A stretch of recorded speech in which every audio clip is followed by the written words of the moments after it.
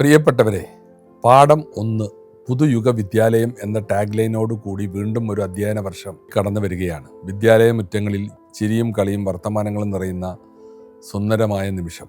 പുതിയൊരു ക്ലാസ്സിലേക്ക് ചുവടുവെക്കുന്ന എല്ലാ കൂട്ടുകാർക്കും, പ്രത്യേകിച്ച് ഇന്ന് ആദ്യമായി അക്ഷരമുറ്റത്തേക്ക് കൈപിടിച്ച് നടന്നെത്തുന്ന എൻ്റെ കൊച്ചു കൂട്ടുകാർക്കും, സർക്കാരിൻ്റെയും പൊതുവിദ്യാഭ്യാസ വകുപ്പിൻ്റെയും എൻ്റെ വ്യക്തിപരവുമായ സ്നേഹം നിറഞ്ഞ സ്വാഗതം. സ്കൂൾ എന്നത് പഠിക്കാൻ മാത്രമുള്ള ഒരിടം എന്ന സങ്കല്പം മാറുകയാണ്.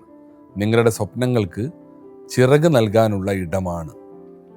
നിങ്ങളുടെ അഭിരുചിക്കനുസരിച്ച് പറന്നു ഉയരാനുള്ള ചുവടുകൾ ഇവിടെ നിന്നും നിങ്ങൾ സ്വായത്തമാക്കണം.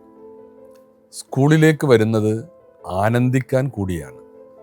ഇവിടെ നിങ്ങൾക്ക് ഒരുപാട് കൂട്ടുകാരെ കിട്ടും. പുതിയ കാര്യങ്ങൾ പഠിക്കാം, കളിക്കാം, പാടാം. പേടിക്കാതെ ചോദ്യങ്ങൾ ചോദിക്കണം. സംശയങ്ങളും ചോദ്യങ്ങളും തുടരെ ഉണ്ടാവണം. അപ്പോഴാണ് സമർത്ഥരായ വിദ്യാർത്ഥി ഉണ്ടാവുന്നത്. അത്തരം ക്ലാസ് മുറികളിലാണ് നല്ല അധ്യാപകരും ഉണ്ടാവുന്നത്. നിങ്ങൾ ഓരോരുത്തരിലും വലിയ കഴിവുകളുണ്ട്. ആ കഴിവുകളെ തിരിച്ചറിഞ്ഞ് വളർത്താനാണ് നമ്മുടെ വിദ്യാലയങ്ങൾ ശ്രമിക്കുന്നത്. നല്ല മനുഷ്യരായി വളരുവാനുള്ള അന്തരീക്ഷം ഉണ്ടാക്കുകയാണ് സ്കൂൾ ചെയ്യുന്നത്. നമ്മുടെ പൊതുവിദ്യാഭ്യാസ രംഗത്തിൻ്റെ നട്ടെല്ല് അധ്യാപകരാണ്.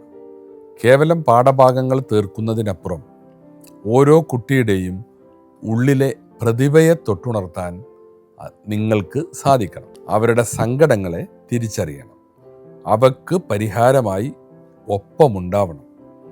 പുതിയ കാലത്തിൻ്റെ മാറ്റങ്ങൾ ഉൾക്കൊണ്ട് സാങ്കേതിക വിദ്യയെ കോർത്തിണക്കി കുട്ടികൾക്ക് നല്ല പഠനാന്തരീക്ഷം സമ്മാനിക്കാൻ അധ്യാപകർക്കാവണം.